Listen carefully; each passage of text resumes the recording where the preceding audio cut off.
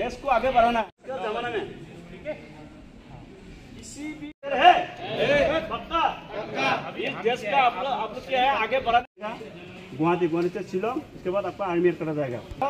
Dress का आपका कपड़ा का जो है ना पैसा आएगा, ठीक है। नहीं करना है वो पैसा आप क्या करना है, कपड़ा को सिलाई करना है, ठीक है। मालूम हो क्या कहीं नहीं। पहले तो मैं सूबेदार ईश्वर थापा 73 असम बटालियन एनसीसी से ताल्लुक रखता हूँ।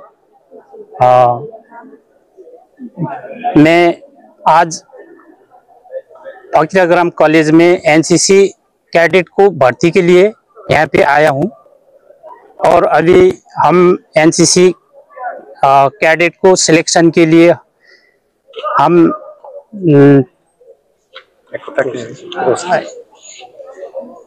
एकत्रित हुआ हूँ। আজি আমাৰ কলেজত 73 আসাম বেটালিয়ন এনচিচিৰ নতুন গ্ৰুপ ট্ৰুপ খুলিবলৈ গৈ আছে। ফকিৰাগ্ৰাম কলেজৰ সেইটো বহুত সুখৰ কথা যে আগৰ দিনৰ এনচিচি নাছিলে।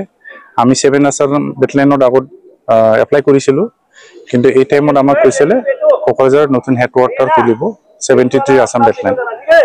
কলেজৰ 73 আসাম বেটালিয়ন হেডকোৱাৰ্টাৰটো খুলিলে আমি এপ্লাই কৰিছো, কৰাৰ পিছত আমাক ইউনিটটো সেংচন কৰিছে। আজি আমাৰ কলেজত 35 ষ্টুডেণ্টক both boys and girls NCC cadet selection হ'ব আৰু ইয়াত টাইম পেৰেড প্ৰেক্টিছ হৈ থাকিব। আমি আগন্তুক দিনত আমাৰ ল'ৰা ছোৱালী যাতে এনচিচি লৈ প্ৰায় নিজৰ জীৱনটো আগুৱাই লৈ যাব পাৰে, যেনেকা ইয়াত এনচিচি ল'লে বহুত বেনিফিট আছে। সাপোজ বি সাৰ্টিফিকেট পালে, যেনিবা ফৌজিত যদি এপ্লাই কৰে মাৰ্কস থাকে, সি সার্টিফিকেট গ্রেডিং এ হলে গ্রাজুয়েট যদি হয় ওটিএ অফিসার ট্রেনিং একাডেমিক এটো চেন্নাইত ডাইরেক্ট ট্রেনিং এসএসবি ইন্টারভিউ পায়। মই শুভেচ্ছা জনাইছো ছাত্ৰ ছাত্ৰীয়ে যাতে আজি এনৰোল কৰে আৰু ক্যাম্প এটেন্ড কৰে আৰু এটেন্ড কৰি প্লে ইহঁতে বি সাৰ্টিফিকেট এক্সাম এফআৰ হয় আৰু পাস কৰিব পাৰে। ইয়াৰ লগত আৰু সি সাৰ্টিফিকেট যদি ইহঁতে পৰীক্ষা দি প্লে যদি সক্ষম হয়, গ্রেডিং এ যদি পায়, এনে আসাম পুলিশ বা ডিফেন্সতো প্যারামিলিটারিজটো ইয়াত মার্কস থাকে আৰু মানে সব সাইডতে এটো বেনিফিটেড। ফিজিক্যাল ফিটনেসও থাকে আৰু এটো এটা ডিসিপ্লিনও হয়। তো মই ভাবো আৰু ইহঁতে প্ৰি আৰডিসি ট্ৰেনিংও পায়। আৰডিসি ইহঁতে প্ৰি আৰডিসিৰ পৰা আৰডিসি সিলেকশন হলে নিউ দিল্লীত ইহঁতে 26 জানুৱাৰী আৰু 15 আগষ্ট ইন্ডিপেন্ডেন্স ডে তাতে ইহঁতে পেৰেড কৰিবৰ কাৰণে সুবিধা পাব। তাতে গ'লে বহুত ধৰণৰ সুবিধা পায়। ড্ৰেছৰ পৰা এভৰিথিং 35 ডেজ বিফোৰ ইহঁতে দিল্লী গৈ থাকিব পাৰিব। তাতে ব্লেজাৰৰ পৰা এভৰিথিং ড্ৰেছ বাগেৰা বেগ এণ্ড বেগেজ আৰু আৰডিসি সাৰ্টিফিকেটও পাব। আৰডিসি ইয়াৰ লগতে বহুত ধৰণৰ কেম্প ময়ো এজন এনচিচি আছিলে, এনচিচি কেডেট আছিলে, মই বি সাৰ্টিফিকেট হোল্ডাৰ।